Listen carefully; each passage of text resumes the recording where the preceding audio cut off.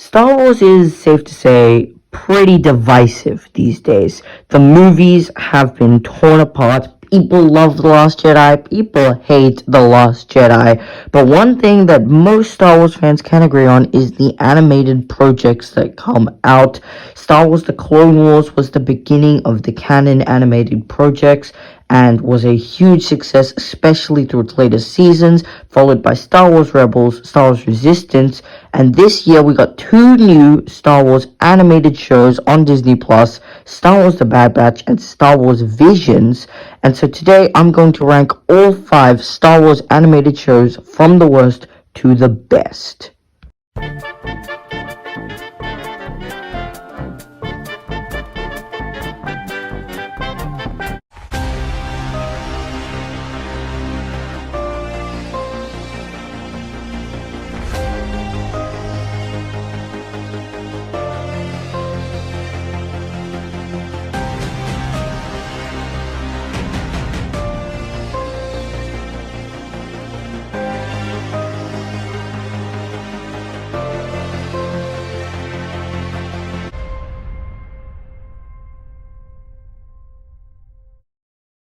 In last place, we have Star Wars Resistance, a childish but fun show that is boggled down by its overlap with the sequel trilogy. Because this isn't a grand scope of things, because this isn't the Clone Wars or the Rebels fight against the Empire, because this is a secret spy mission, it really does feel very small scale and very limited and confined. Our main characters aren't all that likable because they're pretty stupid, and yeah, it just feels like it needs to work by the sequel's rules and not do its own thing. If we had a third season of this show set during the events of The Last Jedi and The Rise of Skywalker, and they had the full scope to do whatever they wanted to do and not have to interfere with those films, it would have been great. But instead, the entire first season needs to have Kaz on his spy mission stuck on the Colossus because we can't go bigger.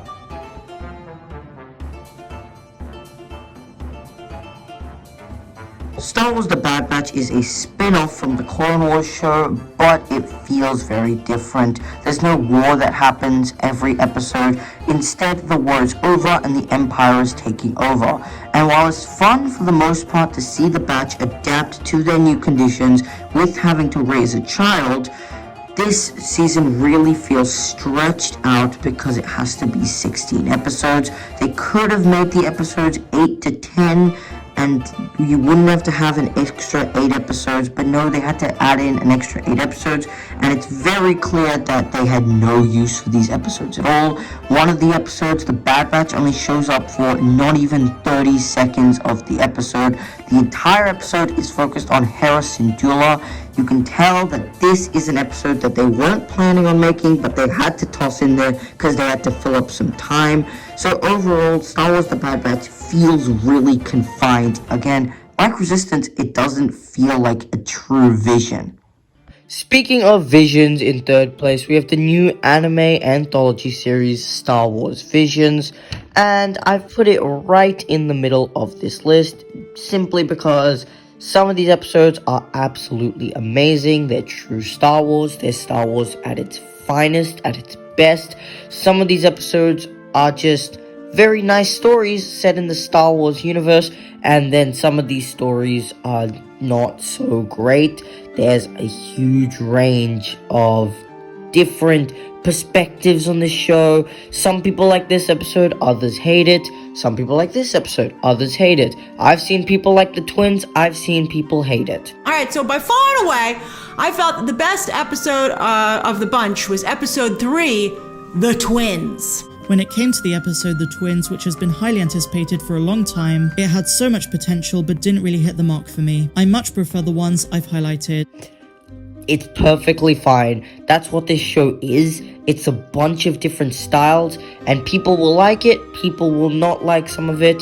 So overall, I'd say most of the show for me was positive. I liked most of the episodes, but of course there are some episodes that fall into bad, near mediocrity, and so I'm going to put it right in the middle of this list. Our runner-up spot will go to Star Wars Rebels, and the thing with Star Wars Rebels is that it started off very childish. It started off trying to appeal to kids, and it made the characters stupid in a way, sort of like Resistance did. It made everything kind of unbelievable how characters would survive certain things.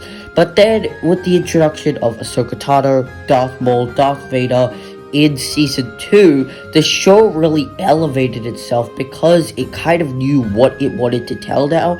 It wanted to tell the story of the rebellion against the Empire, whether that be with lightsabers, whether that be with pistols, whether that be with secret spy missions.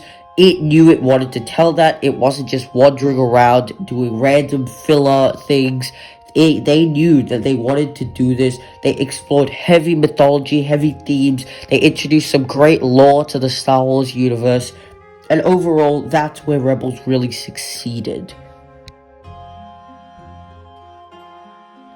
Clone Wars is a mixed bag most of the time because its highs are so high and its lows are not that low, actually.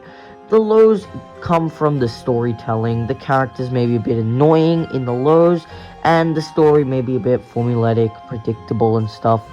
But at least all of the bad to mixed episodes give us a sense of world building, to explore a new planet, explore a new species, explore a ritual, and it really, really works to explore the world. Even though the story might not be great, it's amazing to see how the Star Wars universe is different in many ways than the Jedi and the Sith. We also get to see some really great episodes and the return of Darth Maul.